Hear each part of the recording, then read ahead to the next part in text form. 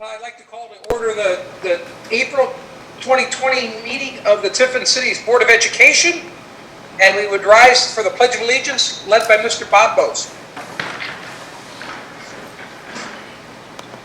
I pledge allegiance to the flag of the United States of America and to the republic for which it stands, one nation, under God, indivisible, with liberty and justice for all. First item is to call the roll. Sharon? Dr. Gase. Here. Dr. Gase. Here. Dr. McBride. Here. Mr. Widman. Here. Dr. Hoyda. Here. Mr. Perez. And I will record Mr. Perez as absent. Second item, after reviewing, let's adopt the agenda. If there are any additions, deletions, or corrections. Second.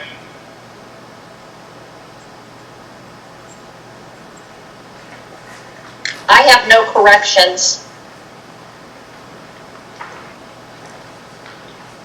Did I hear a move from Dr. Gase? Yes. Second. Okay. Second by Widman. Yes.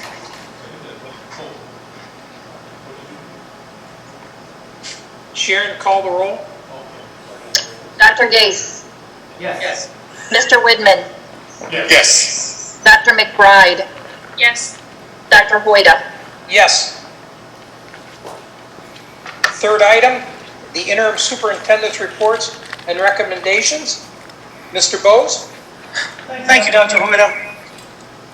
The first item on my agenda is, I should say, is the first reading of the staff handbooks. Those were sent to all of the board members previously by Mrs. Smith. So those are in your documents and somewhere through your emails. When you get a chance to look through those, the changes are minimal in nature. Again, this is the staff handbook, and just the first read for that. Second item I had, is there any questions on that? Second item is grading. There's some questions that have come up about how we are going to conduct grading over the fourth quarter specifically. Pre-K through 5 is going to look a little bit different than what 6 through 12 is going to look like. Based mostly on the fact that when you look at the upper grade levels, you start looking at eligibility requirements and grade levels for different athletics and events. So I've asked Mr. Trisler here tonight to kind of go through the proposed grading scale that we're looking at using for 6 to 12. This has been developed by Larry Kismet years ago. Larry had the foresight, I guess, that he pretty much had everything in place for just about any kind of event that you could think about. And we came across it. It is already board approved through the Columbian Staff Handbook. But I've asked Forrest here to go through and kind of iron out some of the wrinkles and questions that may come about with that. So, Forrest? Well, thank you all for having me. Do I need to this mic on too? Okay. Thank you all for having me. I sent this out to you earlier today. Mr. Kismet and I have had a number of calls on this as well. The first thing that I would tell you about the COVID-19 rating system that you have is really that this is no different than what we're doing for seniors and what we've done for seniors in the past when they exempt their exam due to strong academic work. It is a 9-grade scale. Larry developed this along with a number of other contingencies when he was a school counselor and principal so that he could deal with just about any situation that arrived. If you look at the document or have checked it out when I sent it to you, this is our normal A through D minus or F grading scale of percentages. You'll notice that it has point scales. Your students are awarded points based on their quarter grades, their first semester grade, and their third and fourth quarter grade. The semester no exam four-grade scale is the same way that seniors that are taking a second semester class where they've been able to exempt that exam, we would use the same scale. So basically what we're doing is we are putting into place this scale high school-wide, seniors through freshmen. The grading scale is based upon the normal 12-point scale that we've used here in Columbian for a very long time. And there's a rationale that explains that. It also explains in a chart form what points a student would get with the grade they earn. They earn an A. For a quarter grade, they would get 11 points. With it being a quarter grade, to get to an 80-20 split in a semester, you would double that point value. So a student would actually get 22 points for a quarter in which they had an A in. If they had an A on their semester exam, they would only get 11. I know this seems complicated, and as we move through, I've got some example students that are very near and dear to your home that you know well as board members, and their names we'll go through with sample students. Another thing I want to note in terms of this is how we've done it. Our BLT actually met for an hour and a half last Friday afternoon to practice through this. To help with the document that comes right out of our handbook, what I've done is for the semester course, if you slide on down, you'll see some wording that's struck through. And that's just simply struck through because we don't, this material does not apply to us in this situation. We are not having a final exam. The same with the year course. I've highlighted two pieces of the handbook for you in yellow, and that just shows you in this scenario of the pandemic how we would operate in a semester course without an exam, because there will be a final exam for this grading period. A student must pass one of the two grading periods with at least D, or pass each of the two grading periods with a D-. If you look at your course, very similar. It's highlighted for you, but I have an additional recommendation that we would propose to you all as a school board and like to move forward with. In a year course without a final exam, traditionally, a student must pass 3 of 5 grading periods, with one of the 3 grading periods being passed during the semester. A student must obtain 3 points. Those points are earned off the scale with their final quarter grade. They must have 3 points in the second semester. After meeting with our BLT and working through numerous students of all backgrounds and academic abilities and production, we would recommend that we amend just for this semester. In a year course without a final exam, a student must pass 2 of 4 quarters, with one of the quarters being passed during the second semester. So we would move that from 3 of 5 to 2 of 4, since we're losing those exam points without having an exam. And we would put the caveat in there: a passing semester exam grade may satisfy passing one of the first semester quarters. A student must obtain 3 points in the second semester. In every scenario, board members, that we worked with our students were able to achieve. They were held accountable in the integrity of the grading system with the hard work that our teachers were doing and the hard work that our kids have been doing was maintained in this. And you have my commitment and the commitment of the Tiffin Columbian High School staff that we will make every effort and every decision in the best interest of kids, and we will err in the students' favor in any grading scenario to benefit them during this time. And I think that's a key point to remember. And we've met as a leadership team on several occasions, and we've talked about that. In this situation, this unique situation, students are first. Students are first. curriculum is second. We know there are students out there that are struggling. We know there are families out there struggling. And we want to make sure that we can do everything we can to get them beyond whatever hardship that may be. We know that we have students that are limited in engagement right now, some that are not engaged. But the fact is, we don't know their situations. We don't know what's going on in their home environments right now.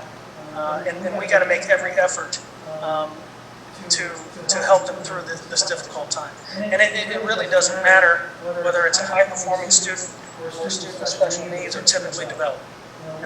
We know they all have their challenges, and we need to work together to make sure that they all get through this in a positive fashion throughout the fourth quarter. Are there any questions for Forrest?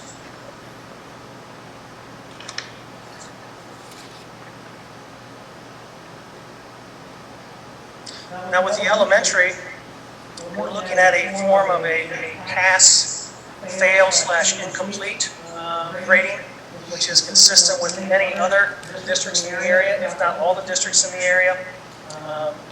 Again, we know that there are unique situations out there, and we want to err on the side of the students as much as possible, and keeping in mind that the students come first, and give them as much of a benefit as possible. We've looked at other districts, we've talked with other districts to the effect that the fourth quarter may be a situation where it can only help students and won't be held against them based on their performance, because again, we don't know their situations. We don't know why they may not be engaged with us right now. So we want to give them the benefit of the doubt as much as possible. Are there any questions on the grading component at this time? I think one of the things we're going to need to have in place or be prepared for is when we come back in the fall, there may be many students behind. And what can we do to be ready for that? I think that's something I'm sure you're working on already, but that's one of my concerns as we're in this no school at home. Many people thrive, but I think we have a lot of individuals who are not in a position to thrive. And how will we get them back up to where they need to be? Whether that be doing something with them in the summer or in the fall once we get back in the classroom. And that's if we get back in the classroom. Yeah, that's No guarantee we'll be in the classroom at all. Yeah, and that's one of my last points here. The 405 there with 2020, 2021 planning. We know that August is a long way away, and we don't know what that's going to look like, and it would really be premature to speculate what that may look like right now. In our last leadership team meeting, actually, some possibility of some summer intervention did come up through grant funding. Amy Wood had spoken briefly about the possibility of using some of our grant funds to do some summer intervention. So that could be a possibility. But again, when you look to the start of next year, it's going to look a lot different than any other school year that any of us has experienced, just based on the fact we know there's going to be gaps, and we're going to have to work our tails off to make sure that we get those kids back to speak as quickly as possible. It's 6:15. Yeah, because we'll have both the COVID slide and the summer slide. So whether we have to have extra aides or retired teachers or something, it probably will look much different if and when we get to school. Maybe if it's staggering days, and there's just all kinds of things we need to consider. Yep. Are there any other questions about grading at this time? Not a question, just a comment. I really appreciate that we're really taking a trauma-informed approach, because regardless of how it impacts everybody, it does impact everybody, and it is a universal crisis and trauma at this point. So really coming at it from that view and understanding, I'm thankful for our district that they're taking that approach.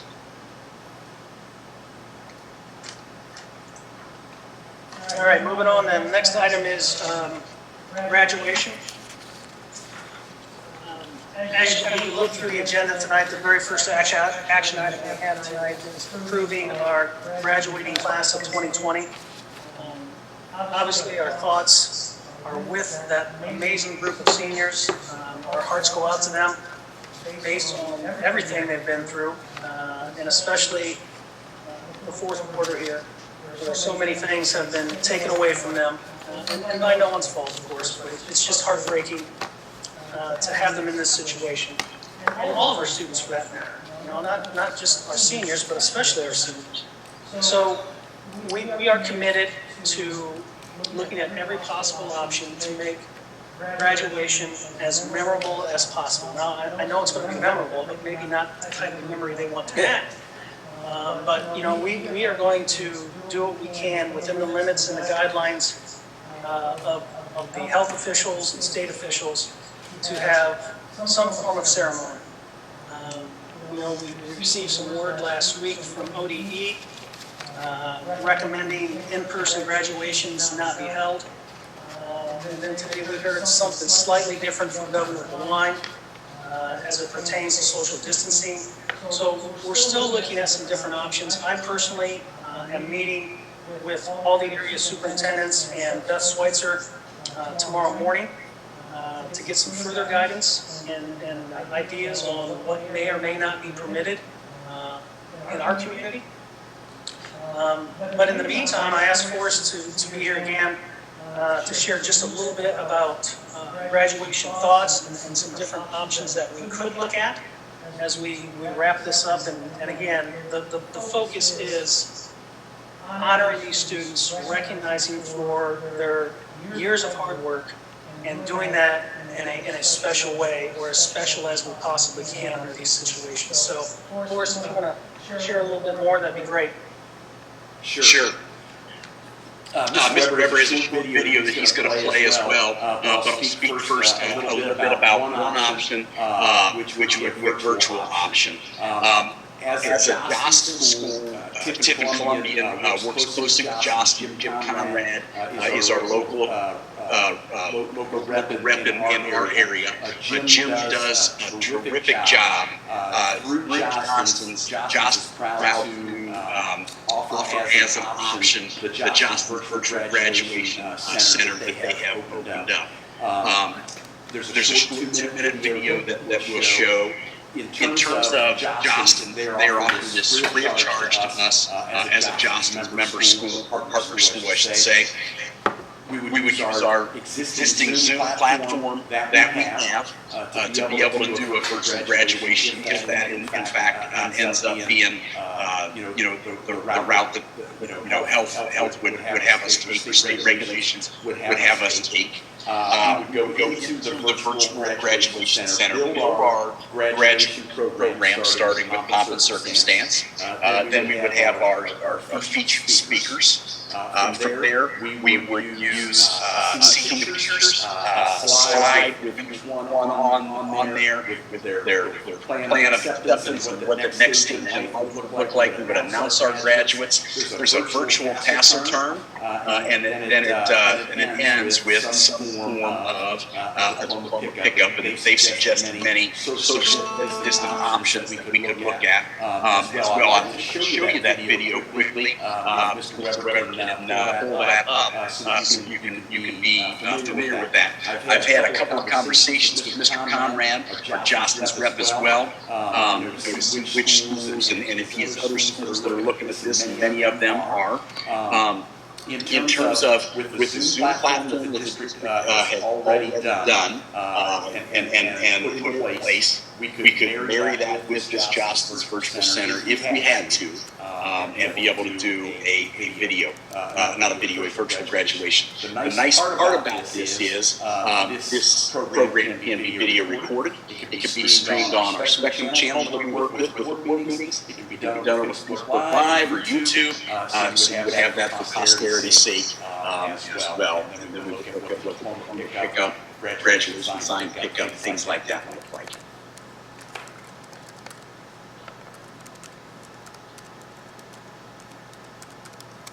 while Mr. Weber's bringing the video up, I would, I guess relay to you that Mr. DeVore and I attended this webinar from Jostens, and we were able to see the flip book and this video, as well as the Vice President of Marketing for the national organization take us through,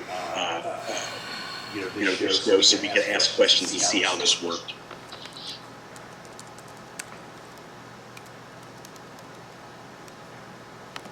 You need a YouTube link, Tim? Oh, I got it. Okay.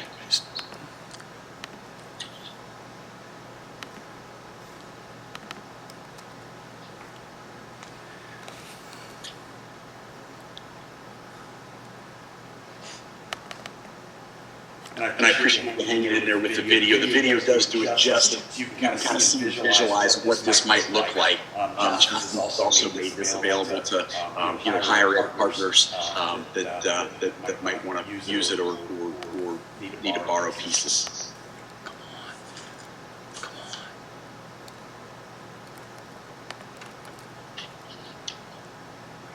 As Tim's pulling that up, we're also have a couple other dates later on in the summer already scheduled.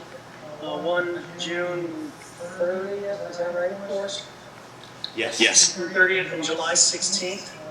In the event that word comes down that we may be able to do that, that's an option. We could look at the possibility of a drive-in graduation ceremony. I know that several people have commented on that. We have utilized the drive-in theater. Thank you. Up there north of town. So again, we're looking at different options right now, and we need to make sure that we're within the guidelines of whatever the regulations allow us to do. So again, I'll have more direction after tomorrow as to what will be allowed and not allowed.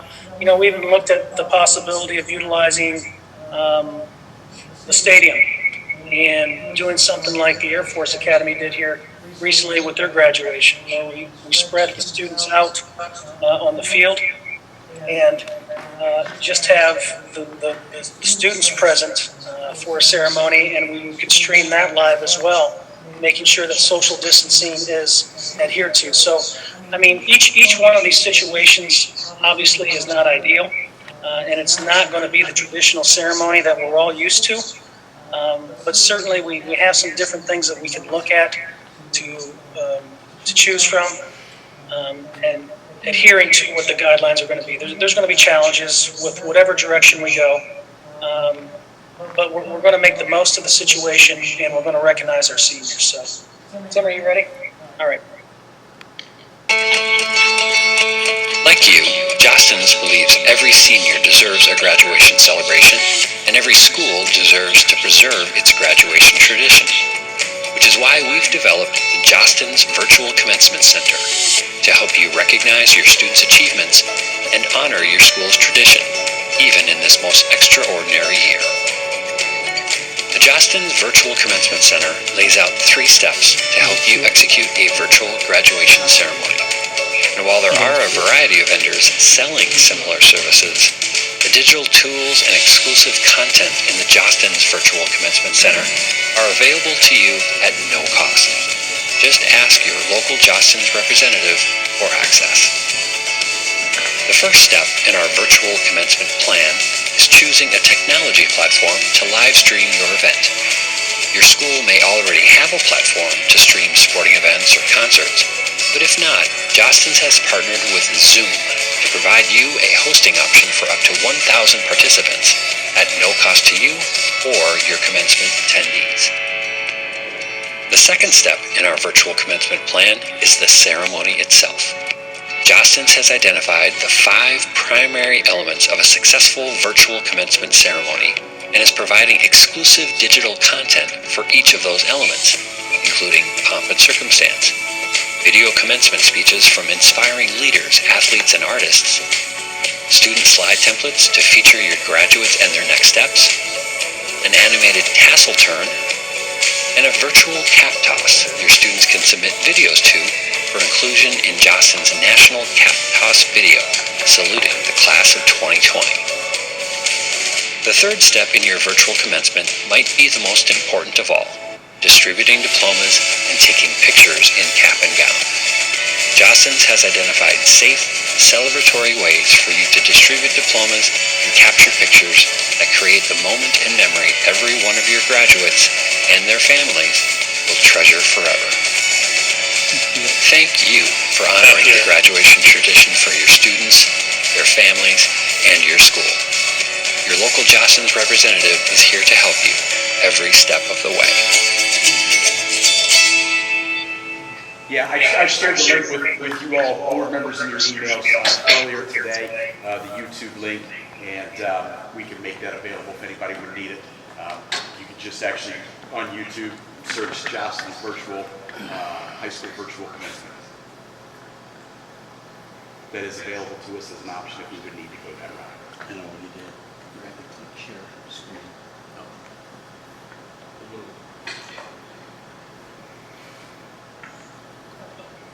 We apologize for the board members and the people on Zoom who could not see that. Make sure the link is sent out so that you can see that. Are there any questions regarding graduation and the different possibilities we're looking at this point? Yeah, Bob, as we speak tonight, the ODE has recommended we do not have a later date for graduation. Does that still stand as we speak tonight? Yep, that's a recommendation. Some schools are choosing to keep a later date in the hopes that they could have larger group gatherings. You know, it's a decision we're going to have to make as to do we hold off in hopes of it, or do we just move forward with something here in May so that we can move forward with our graduates and give them some closure, if you will, on their high school careers. You know, Forrest have done a survey last week of the senior scores from the speeches and that survey. Sure, I surveyed the class of 2020. We had about 120 respondents of our 208 graduates. 70%, 71% wanted to wait for a later date in hopes that we could have a live graduation in the stadium. At that point in time, we certainly had that plan with the June 30th, July 16th date. In the meantime, certainly we've had some updates from ODE and the governor today, but the class of 2020 overwhelmingly responded that they would like a regular traditional graduation ceremony at a later date.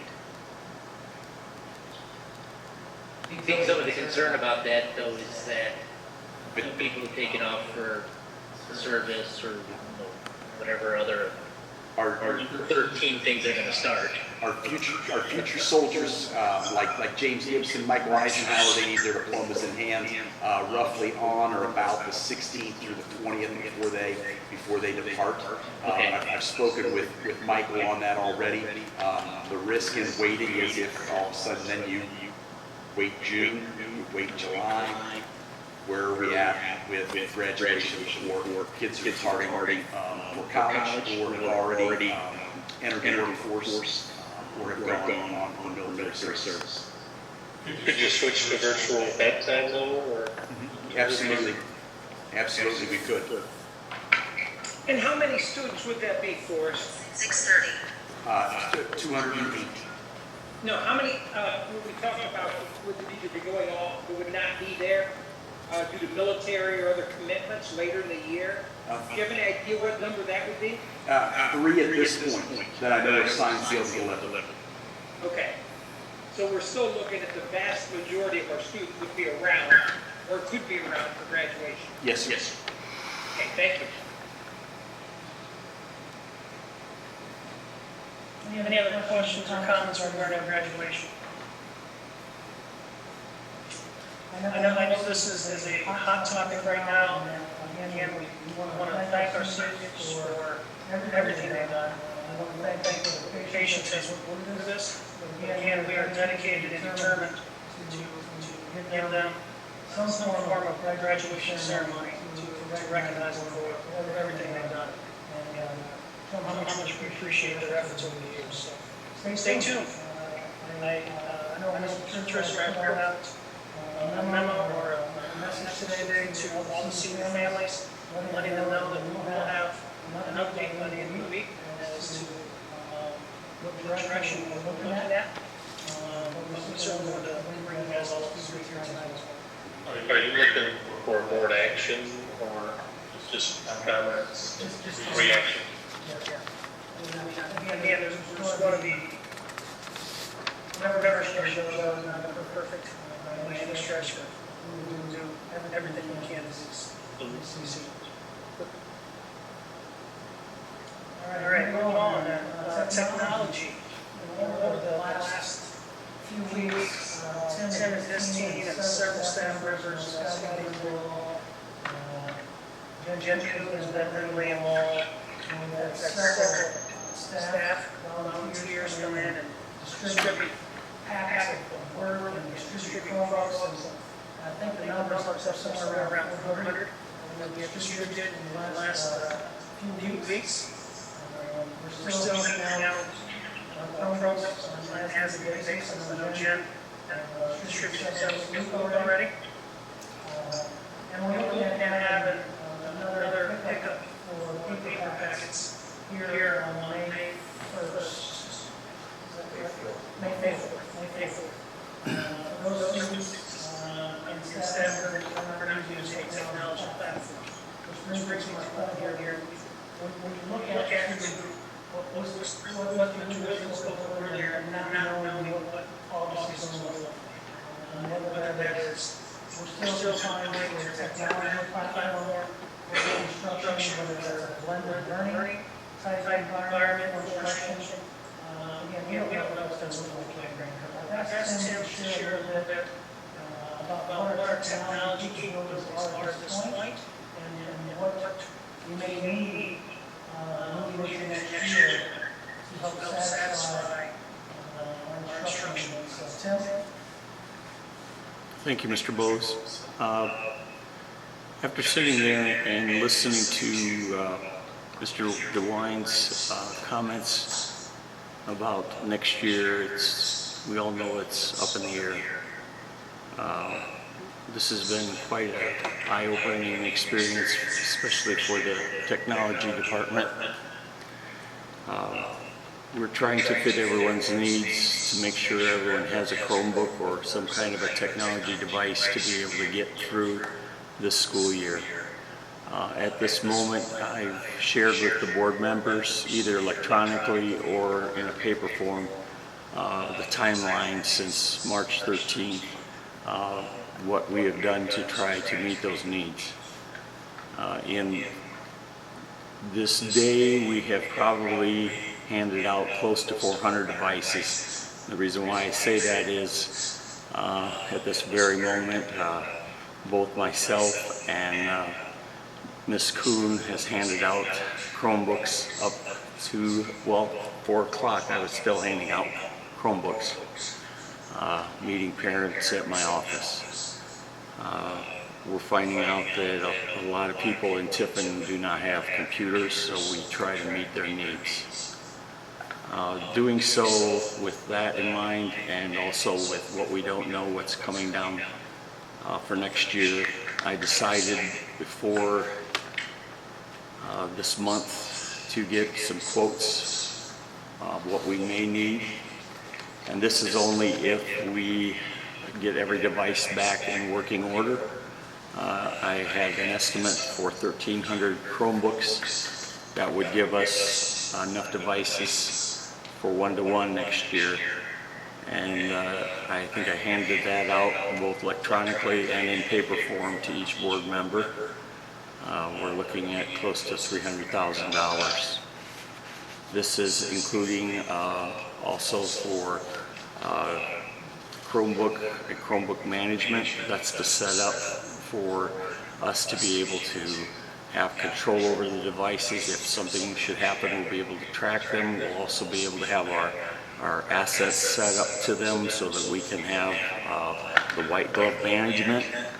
That in turn allows us to be able to have our school domain set up in there. That's one of the settings in there that takes a lot of time off of our hands.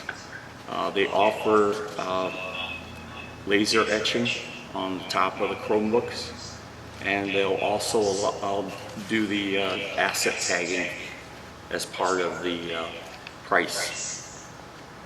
These are 11-inch Chromebooks. They're not the 14-inch Chromebooks. These are the newest ones, and the reason why we got the newest ones is because everyone's trying to grab them now. All the schools. It's been quite a journey trying to get a hold of Chromebooks. All the schools are doing it.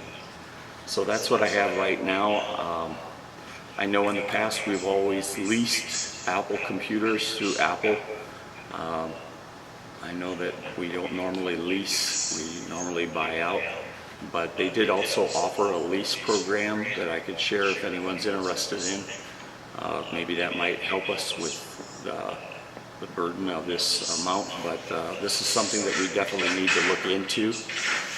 I also noticed that they also have a House bill that they're trying to pass right now. That's going to be through E-rate. That won't affect us till next year, of course, but that'll be for hotspots, and that would be more for people at home that will need some assistance that do not have internet access. And also we're looking at the CARE Act that would also maybe benefit the public schools, but we don't have all the information on that at this moment. Does anyone have any questions? Tim, this is Victor. So I know I asked you last month about that 400,000 purchase and you got it down to replace our tech. One of the things I'm seeing is, and we ran into this with the busing, but I didn't foresee it here, is kids are having to log on at the same time for teachers, and that's getting to be an issue. So even though we thought we had available computers, it's bandwidth and the equipment. In order so that we can get this equipment, if we decide to get it, when do you foresee us having to make a decision? And then for Ms. Perry, where would this fit into the budget, and are there any grants or anything that can cover it between all of you?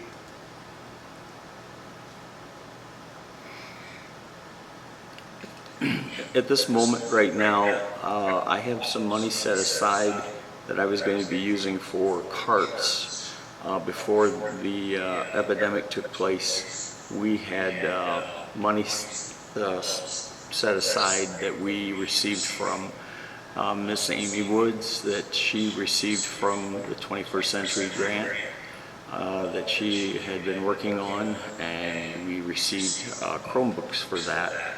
I was going to buy carts to house those Chromebooks. This was going to take care of one-to-one for the high school.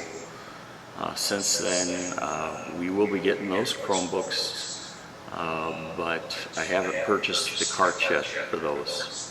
So that money is set aside still and has not been spent on those carts.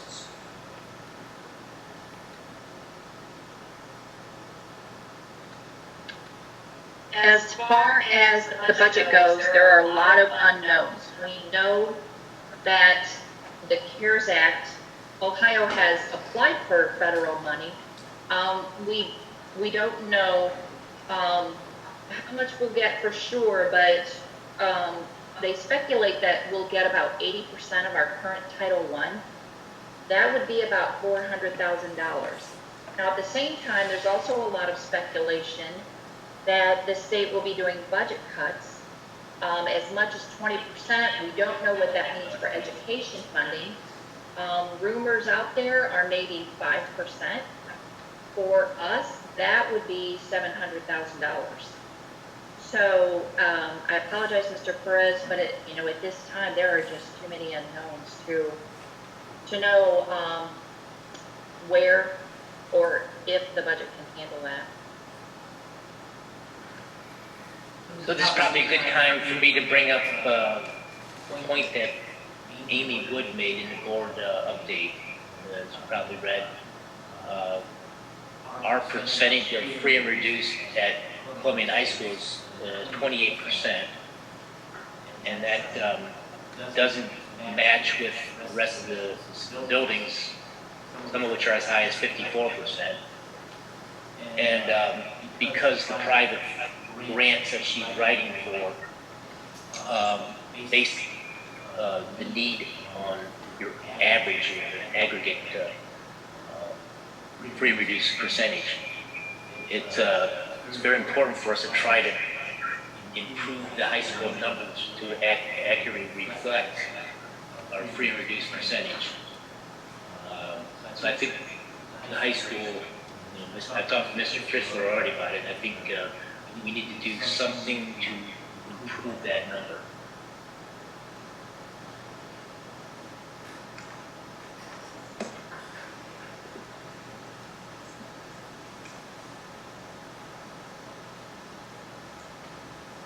Anything else for Mr. Weber on technology? I do have one comment. We are planning on asking the public to return the devices on May 26th and 27th out at the bus garage. So any of the staff volunteers that are able to help us to collect those back, we would appreciate it. Thanks, Dan. Thank you. The next item is the 2020-2021 plan. We're already looking ahead to the school year. We've already discussed briefly what does that want to look like? What do we need to prepare? Again, I think it's really premature at this point to really jump into speculating what that will look like. Although as soon as we get through our graduating seniors here in the next few weeks, that is what our focus is going to turn to. I think with all the conversations and meetings I've been part of, I anticipate some form of blending learning taking place to at least start the school year. So we're going to have to go up here for what that's going to look like. Certainly, we will have more planning time than we did when the whole COVID-19 situation started. We will inform on Thursday and start our distance remote learning following Tuesday. So we are going to be better situated to address the needs of our students and our staff in a better way. Again, assuming we can recognize the folks in our seniors here in the next few weeks, that's what we're focusing on in terms of. So stay tuned for that. We will be prepared for the different scenarios moving our way in August. Very great questions on that. I know that's very dramatic. Unfortunately, that's the best I have at this point.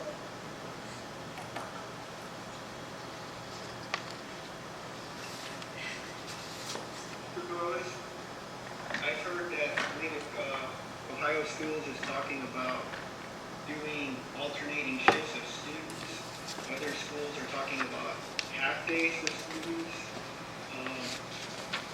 When we talk to OD or anybody in our area, what that would mean for us in terms of blended and whether or not we have the building capacity to do anything like that, or the busing capacity. Yeah, I've had the same conversation with Fred. I know actually Mr. Trigler was talking just earlier with the staff member on what that may look like. And that may look like alternating days where half of the students in a class, let's say class, whether it's a freshman class, a junior class, a seventh grade class, whatever program it is, half the kids report on one day, while the other half are only remote learning, and then the next day, vice versa. There has to be some discussion with areas who are trying to learn that, but again, that's just speculation. So, we don't know exactly what it looks like, but it's certainly something we need to prepare for.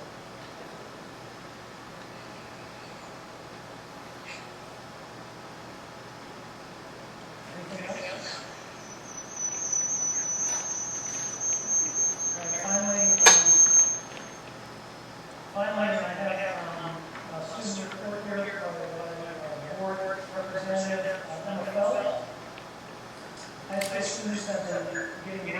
communication updates from Mr. Treasurer and district administration emails, all on social media.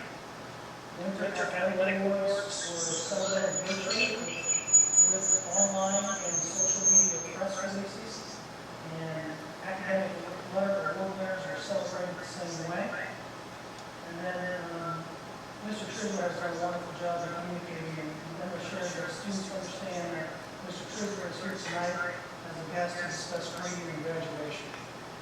So thank you for being here, Mr. Treasurer. Thank you, Emma. And again, I just want to close with, this has been a very difficult situation for all our students, but again, especially to our seniors.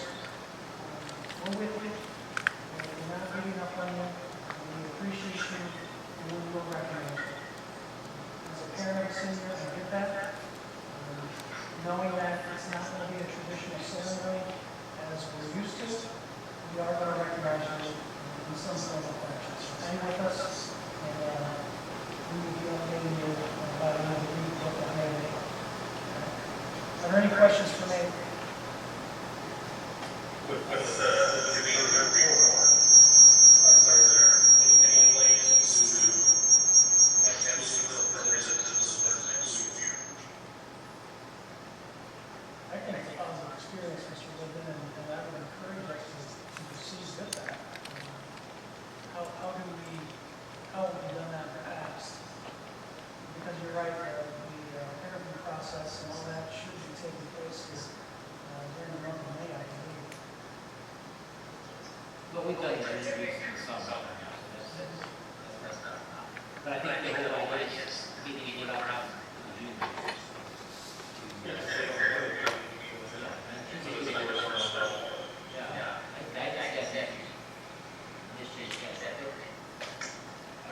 You initiate that first. I'm sorry? You initiate the student rep application. Yes. Yeah, we'll take care of that. We can put that out, to the junior class for you. Have them apply like they did. Mrs. Johnson did a great job of compiling those for you and then giving you those candidates that applied to be able to interview.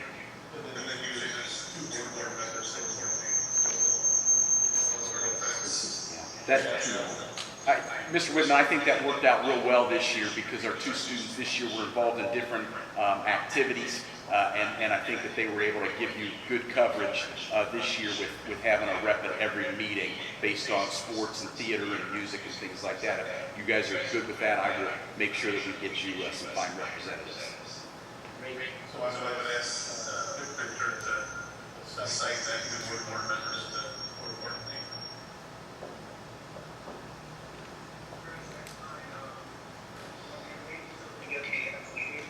From Mr. Trissler, if you just pick two people that express interest in that they want to do it. I know you did it, Dr. Gase has done it, I think Dr. Hoyt did it, correct? Yes, I have. Yeah. I'll be in touch, Mr. Perez, with the applicants as soon as we have those. Yes, sir. All right.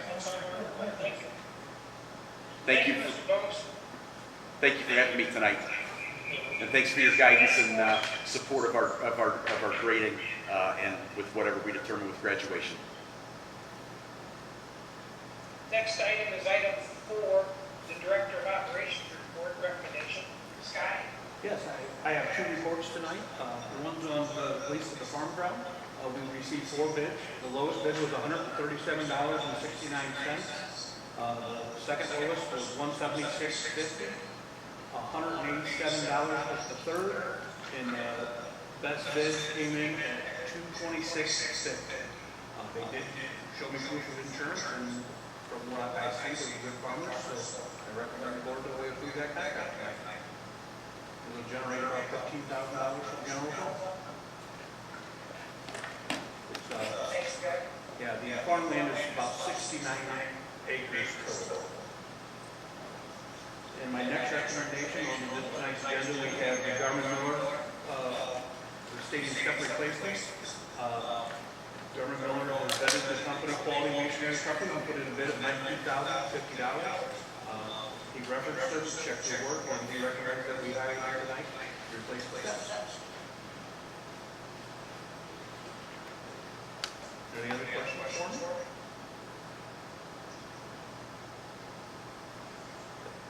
Thank you. Anything else for Scotty? Next item on the agenda is the opportunity for the public to address the board. Did you receive any questions, any email? Oh, I do. Okay, moving right along. Item 6 starts the consent agenda. We have 6:01, meeting to the March meeting. 6:02, the treasurer's report for March. 6:03, appointment. And a lengthy section there. 6:04, donations and grants, both district-wide and building-wide, for thank all of our donors. We entertain a motion to accept that. Item 6. So moved. Is there a second? Eric, call the roll, please. Dr. Gates? Yes. Dr. McBride? Yes. Mr. Whitman? Abstain. Dr. Hoya? Yes. Mr. Perez?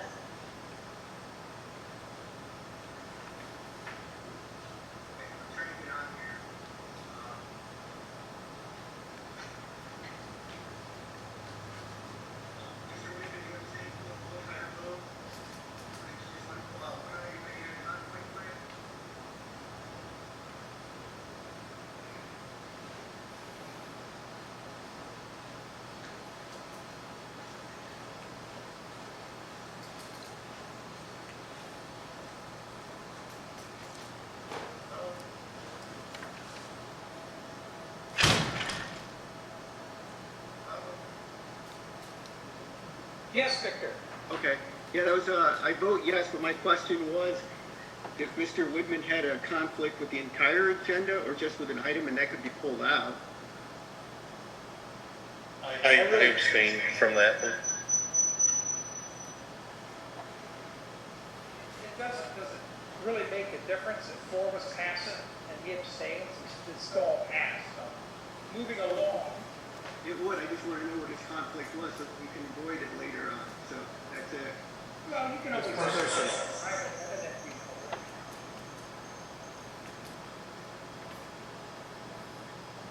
Item number 7, the action items. 7:01. Approve the Tiffin Plumbing Tiffin Plumbing class of 2020. Entertain a motion. So moved. Second. Call the roll, please. Mrs. Berry. Dr. Gates? Yes. Mr. Whitman? Yes. Dr. McBride? Yes. Dr. Hoya? Yes. Mr. Perez? Yes. Item 7:02, a contract for the stadium repair to Quality Masonry Company of Marion, Ohio. Need a motion. So moved. Second. Mrs. Perry, call the roll. Dr. Gates? Yes. Mr. Whitman? Yes. Dr. McBride? Yes. Dr. Hoya? Yes. Mr. Perez? Yes. 7:03, amend section 125, flexible benefit plan. Motion. So moved. Second. Call the roll, please. Dr. Gates? Yes. Mr. Whitman? Yes. Dr. McBride? Yes. Dr. Hoya? Yes. Mr. Perez? Yes. Item 7.04, authorize objection to the valuation complaint.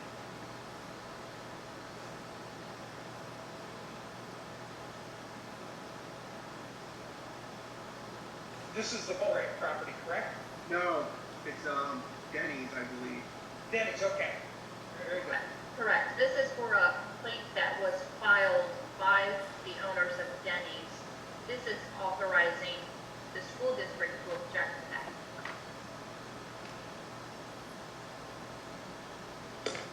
I make. Is there a motion? I'll make it. Is there a second? I'll second it. Could we have an explanation of exactly what we're voting on?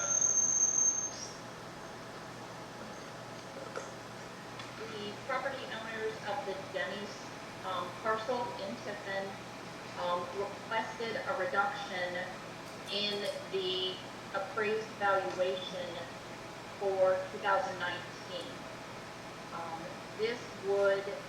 This authorization would allow the district to be represented at a hearing before the Board of Revisions to consider whether they grant that reduction or not. So if we vote yes, then we are allowing the hearing to happen? Yes, we are able to be represented at that hearing and to present arguments. The hearing is going to take place. We want to be able to object. We want to be able to object for representation. Correct. Do you have any idea what the valuation is? The reduction that was sought was $650,000. That would be, if that reduction, full reduction is granted, that would be an estimated tax loss at our commercial rate of about $10,800 per year. And when is the next valuation to be performed? 2020. So this is on the 2019 valuation. Since 2000, what year? The complaint was on the 2019 valuation. Okay. The reappraisal will be done this year in 2020. How frequent For all properties. are reappraisals? Reappraisals are performed every 6 years, and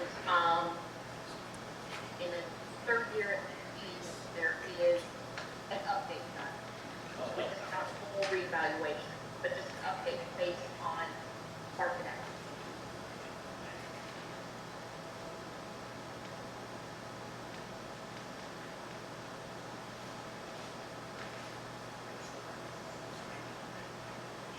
Any other discussion?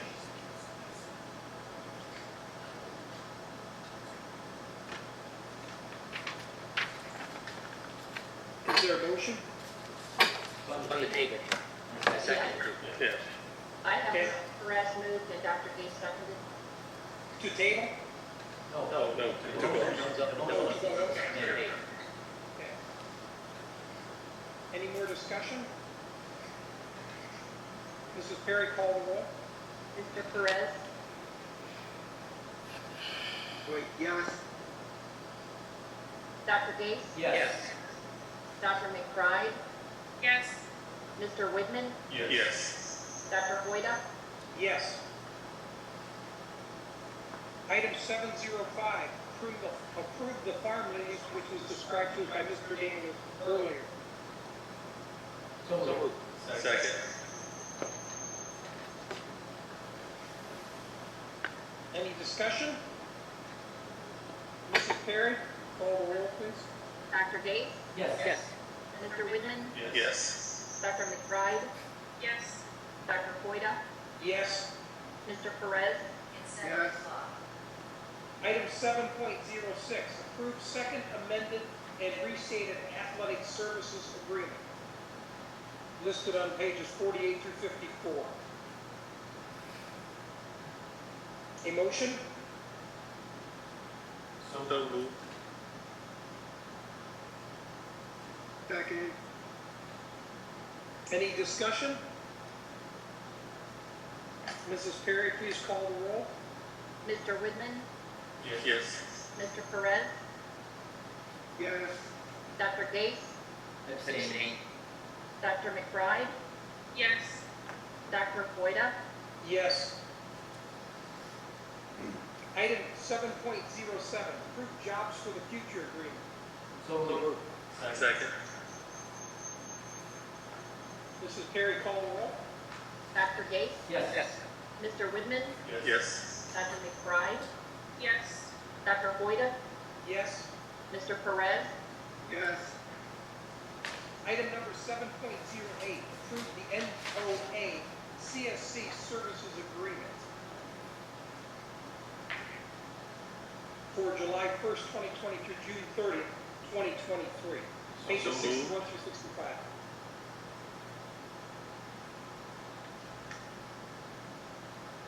Second. Very good. Any discussion? Mrs. Perry, call the roll, please. Mr. Widman, Yes. Dr. Gates, Yes. Dr. McBride, Yes. Dr. Boyda, Yes. Mr. Perez, Yes.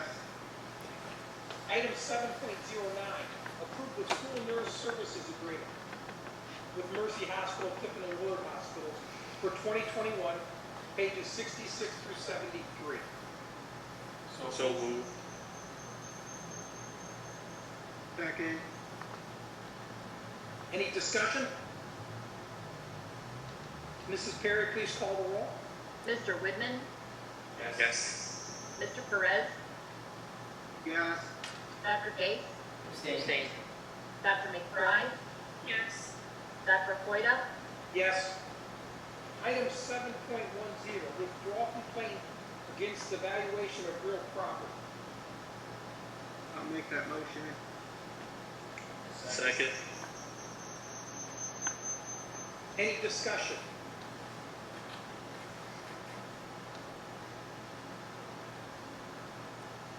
Mrs. Perry, I have one question. yes, sir. What does this do? Are we negotiating with them, or explain to me what we're doing here?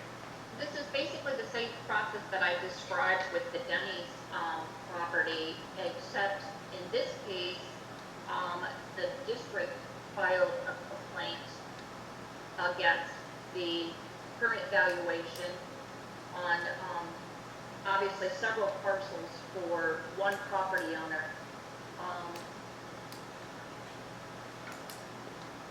The property owner has the right to be represented in the same process with the Board of Revisions.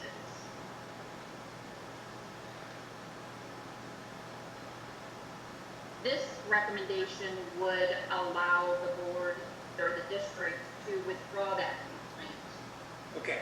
rather than it being considered by the Board of Revisions. Okay, thank you. If I may, in terms of discussion, I'd ask that we dismiss it. I made the motion.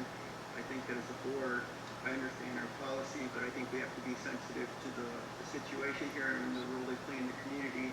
And I think when we voted last month, we weren't clear on what's happening with the pandemic, and I think economically getting better in our town. So, Any more discussion? Mrs. Perry, would you please call the roll? Mr. Perez, yes. Mr. Widman, Yes. Dr. Gates, No. Dr. McBride, Yes. Dr. Boyda, Abstain.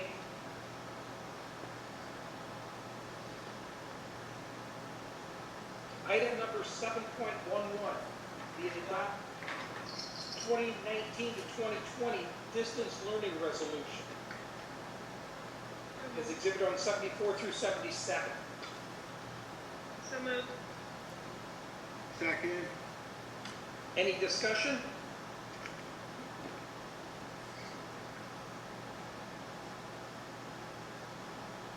Mrs. Perry, call the roll, please. Dr. McBride, Yes. Mr. Perez, Yes. Dr. Gates, Yes. Mr. Widman, Yes. Dr. Boyda, Yes. If this were item number 8, with the opportunity for the public to dialogue with the board, I understand there is no one present, correct? And we received no emails? That is correct. So our next item would be board discussion. The topic is the superintendent search.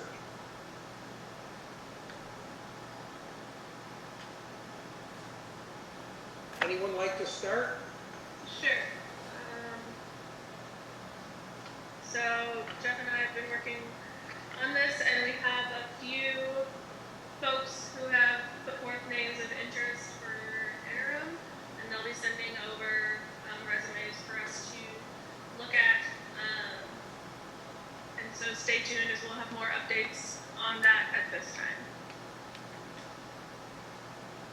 Questions on that? Do you have a timeline on when you get those to the board? Yep, so we are looking to have the resumes next week, and Jeff and I will meet in whatever method is appropriate given that time, and then we will share those out as soon as we have met together.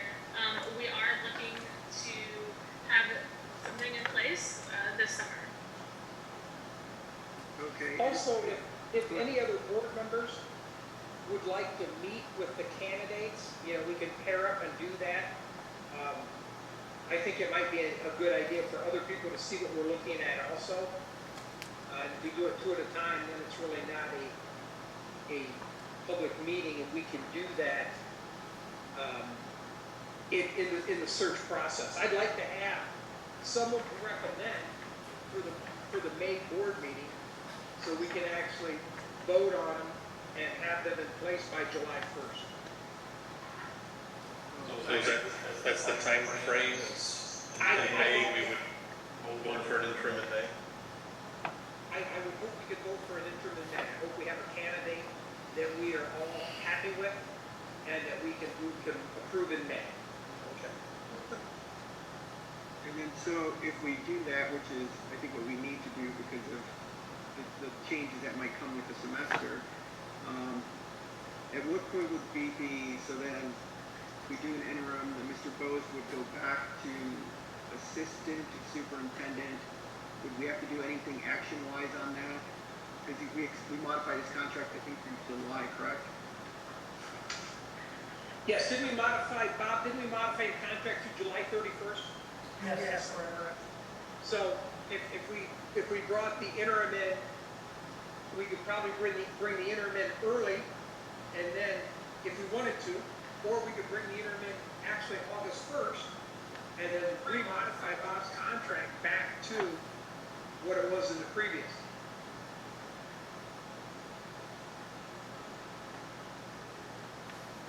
And I think, like I told you, Dr. Hoyta, if you guys need special meetings, we can meet on Zoom like this and just get this knocked out so we can get something done. Exactly. And then I think last month we entertained a couple of presentations. Nobody has changed their minds on those at this point. So we're just looking forward with the plan on the interim, correct? Yes, sir. Okay. Anything else?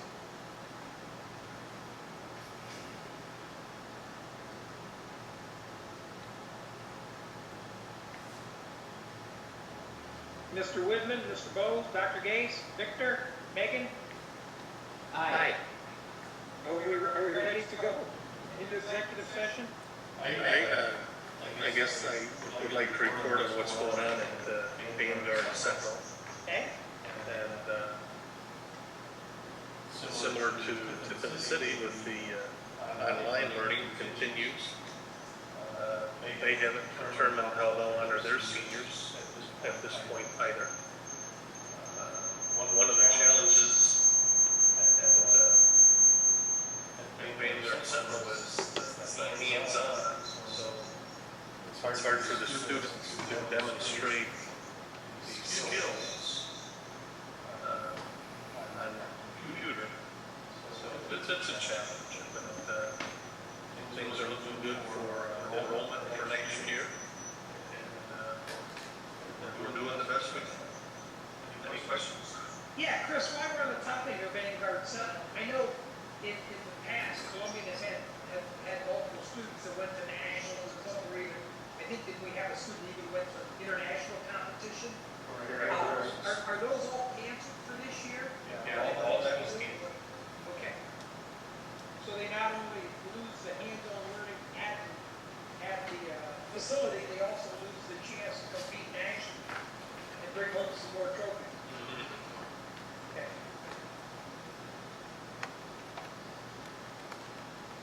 Anything else? I see item number 10 is executive session. We will hold an executive session, and we need a motion to go into executive session.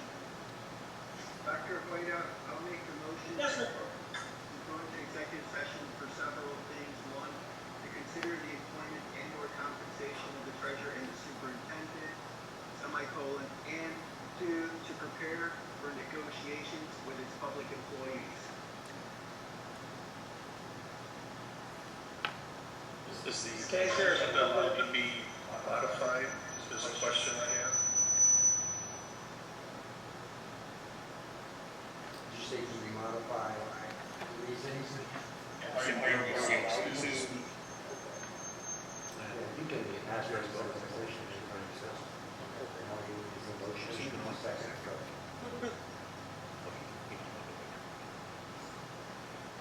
It just has to be for the safety reasons. In the past, we had confusion on that. Executive session is anytime you want it. 3 people vote to have it in executive session. Very good. I didn't hear that. I didn't hear what was said. That's a concern about if we can modify. You're muted on your computer.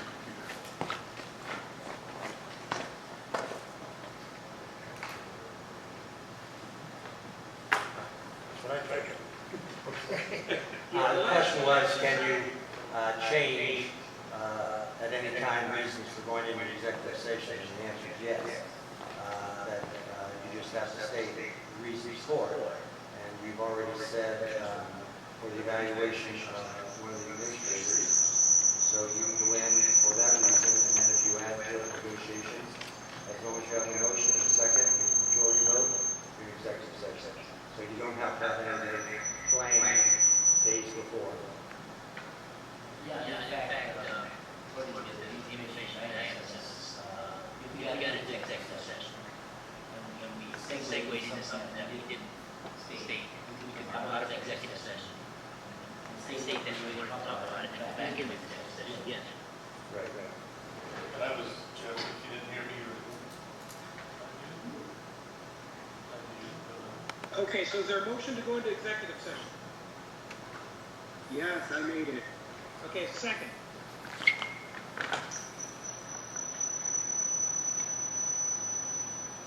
Second. Mrs. Berry, call the roll. Perez, Yes. Mr. Whitman, Yes. Dr. Neese, Yes. Dr. McBride, Yes. Dr. Hoyda, Yes. We'll notate that we're in executive session at 7:14 p.m. Hold on a second. We need to. Executive session, I'm supposed to be Mr. Zach I can Yeah, before we go in, clean up a few things here on we'll Zoom. clean up a few things, yeah, so give us just a minute or two here.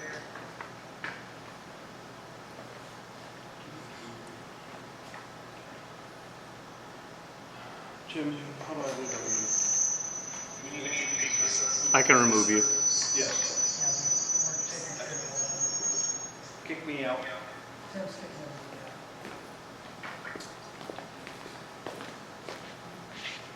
Dr. Hoyda? Yes. You had the evaluation on, is it still there? The question. This is visitor 2. What? Yes. This is visitor 2.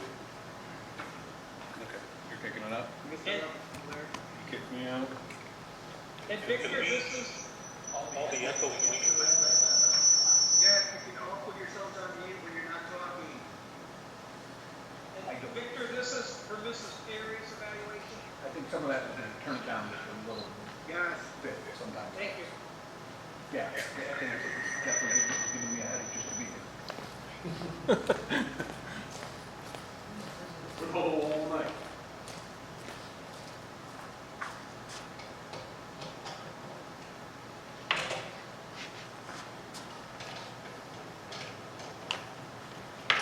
Who's visitor two, Tim? You're missing. The screen. Do we need it?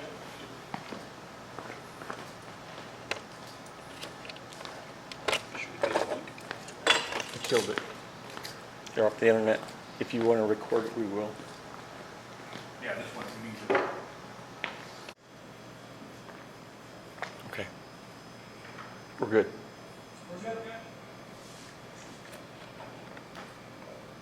Okay, we'll discuss board retreat or interim and at a later date, in a later meeting. Anything else to come before the board before we adjourn?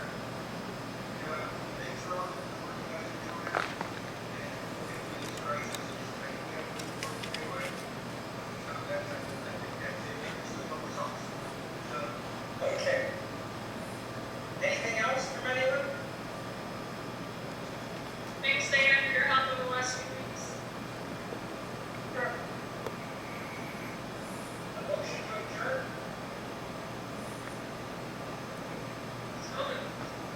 Second? Mrs. Perry, please call the roll. Dr. McBride. Yes. Mr. Perez. Yes. Dr. Gates. Yes. Yes. Yes. Mr. Whitman. Yes.